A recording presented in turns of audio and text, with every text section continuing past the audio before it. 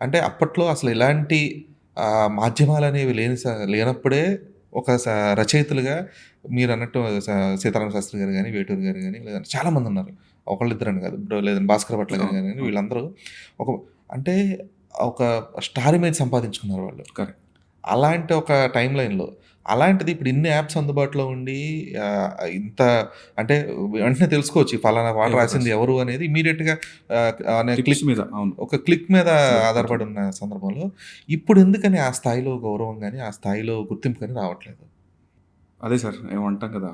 అందుబాటులో లేనప్పుడు అది విలువైందిగా అనిపిస్తది మనకి. హ్మ్. అన్నీ అందుబాటులో వచ్చిన తర్వాత, యాక్సెస్ దొరికిన తర్వాత మనకు విలువైందిగా కనపడదు.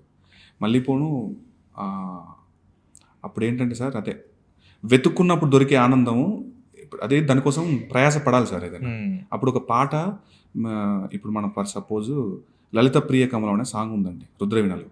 ఆ పాట నేను మొత్తం లిరిక్స్ రాసుకోవడానికి కొన్నేళ్ళు పట్టింది సార్ నాకు. కొన్ని సంవత్సరాలే, నెలలు కూడా కాదు. 'లలిత ప్రియ కమలం' మొదలు దగ్గర నుండి లాస్ట్ ఆ చరణం ఎండ్ పోర్షన్ మళ్ళీ అనుపల్లవి రాసుకునే వరకి.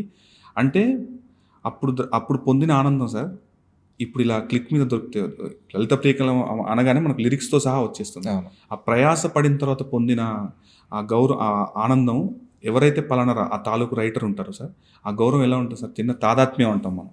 అబ్బా! ఎంత మంచి ఆ పని అయిపోయింది అంటే దాని వెనకాల ఎంత శ్రమ ఉంటుంది. సో, మేబీ అదొక ఫ్యాక్టర్ అనుకుంటాను సార్ నేను. హ్మ్.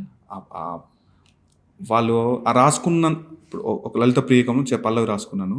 ఆ తర్వాత చరణాలు రాస్తున్నప్పుడు నేను ఎన్ని సార్లు ట్రావెల్ అయ్యి ఉంటాను. ఎక్కడి నుండి మొదలుపెట్టాలి ఎన్ని మళ్ళీ సార్లు రిప్లై కొట్టుంటారు. ఎన్ని సార్లు రిప్లై అంటే ఒక్కసారి దొరకదు సార్ అది. అవును. మళ్ళీ ఎక్కడో టీవీలోనో ఎక్కడో వస్తే గుర్తుపెట్టుకొని ఎక్కడి వరకు రాసుకున్నాను టక తీసుకొని మళ్ళీ పుస్తకంలో రాసుకొని మళ్ళీ ఎప్పటికొస్తదో ఆ పాట. అప్పుడొచ్చినప్పుడు అది గుర్తుపెట్టుకొని అందుబాటులో పుస్తకం లేకుంటే మళ్ళీ ఎక్కడో మైండ్‌లో సెట్ చేసుకొని వెళ్లి రాసుకోవడం. అంటే అదొక ఎక్సర్‌సైజ్ ఉంటది చూసారా? ఆ తాలూకు రైటర్ మీద గాని, ఆ టెక్నీషియన్ మీద గాని ఎంతో గౌరవం పెంచుద్ది సార్. ఈ రోజున మేబీ అది మిస్ అవుతున్నాము. అన్నీ ఈజీగా దొరికేస్తున్నాయి.